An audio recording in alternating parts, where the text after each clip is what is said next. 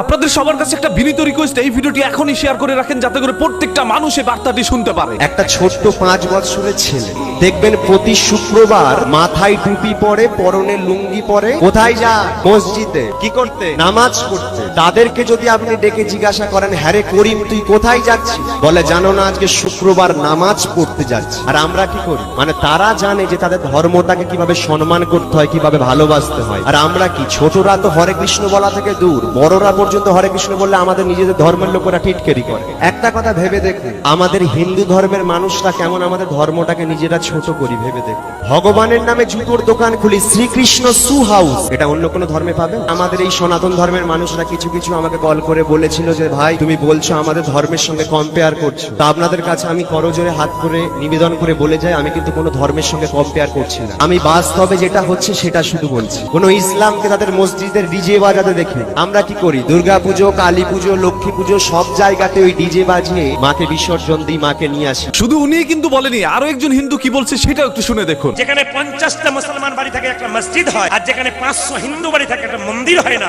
এর চাইতে লজ্জার কি হতে পারে? শুধু তাই নয়, লক্ষ্য করে দেখবেন আমাদের হিন্দু ছেলেরা মদ খেয়ে মদের বোতলগুলোকে মন্দিরের পেছনেই ফেলে দেয়। এর চাইতে অধঃপতন আর কি আছে? আবার দেখবেন তাস খেলবে তো তাস খেলার জায়গা অন্য কোথাও নেই, মন্দিরের বারান্দাতে। পান খেয়ে পানের পিপটা ওখানেই ফেলে দেয়। লজ্জা আমাদের।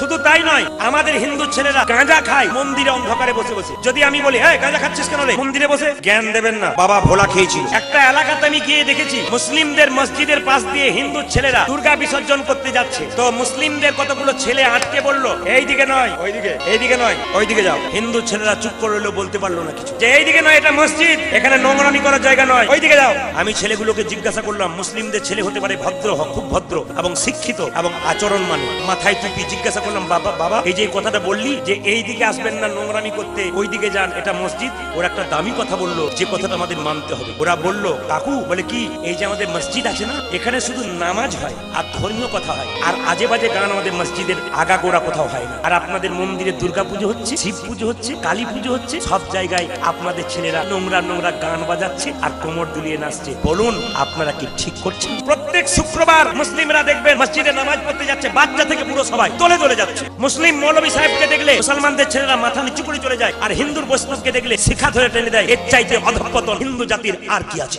এই হিন্দু ভাইটি যেইভাবে উপস্থাপনা করেছে তাদের মাঝখানে আমাদের ধর্মটাকে, এটা দেখার পর আমার কাছে ব্যক্তিগতভাবে অনেকটা ভালো লেগেছে। আমি মনে করি আপনাদের প্রত্যেকের কাছে ভালো লেগেছে। যদি ভালো লেগে থাকে তাহলে ভিডিওটি শেয়ার করতে ভুলবেন না। আপনার একটি শেয়ারের কারণে আরো অসংখ্য মানুষ জানতে পারবে আসলে আমাদের মুসলমান ধর্মটা স্বচ্ছ এবং সুন্দর শান্ত ধর্ম। তবে বর্তমান সময় এই ধর্মের মধ্যে এখন আগাছা দেখা দিচ্ছে। অনেক মুসলমানরাই আমাদের ধর্মটাকে বিকৃতভাবে উপস্থাপনা করছে, অনেক আলেম বেশি জালেমরাও এখন আমাদের ধর্মটাকে বিকৃত করছে। এদের জন্যই হয়তো এক সময় সুনামের জায়গায় বদনামও হতে পারে। তাই যথাসম্ভব দ্রুত ওই সকল আলেম নামক জালেমগুলোকে চিহ্নিত করুন।